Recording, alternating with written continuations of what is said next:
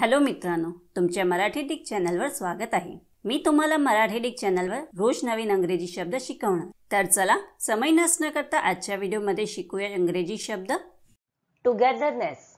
टुगेदरनेसचा मराठीत अर्थ एकता, एकत्वाची भावना, एकत्रितपणा, बंधुत्वाची भावना किंवा मैत्रीची भावना होत आहे। टुगेदरनेसला आपण वाक्यात प्रयोग करून बघूया। पहिला वाक्य आहे, Our family has a strong sense of togetherness. दूसरा वाक्य आहे, Your daughter will experience joy, peace and togetherness. तीसरा वाक्य आहे, The difficulties have created a spirit of togetherness. चौथा वाक्य आहे, The days of cheerful togetherness were long gone.